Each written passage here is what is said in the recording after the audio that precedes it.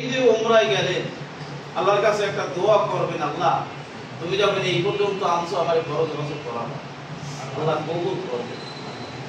যেহেতু জায়গা আছে, এই যে মুলতাজামের কথা বলছো, খুলনার একজন বোবা মানুষ, কাবা শরীফের সামনে যে চৌকাঠটা, বোবা মানুষ, উনি আগে ভ্যান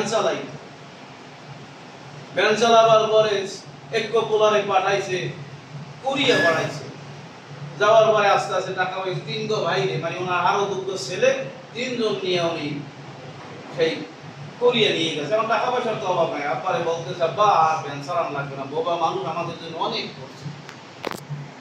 এলাকার একজন ভালো মুআল্লিম পাইছেন, একজন ট্রাভেলসের মালিক পাইছেন, যে হুজুর আমার আব্বারে যেহেতু কথা বলতে পারেন, আপনার সাথেই দিলাম, টাকা পয়সা যায়নি, উনি নিয়ে গেছে।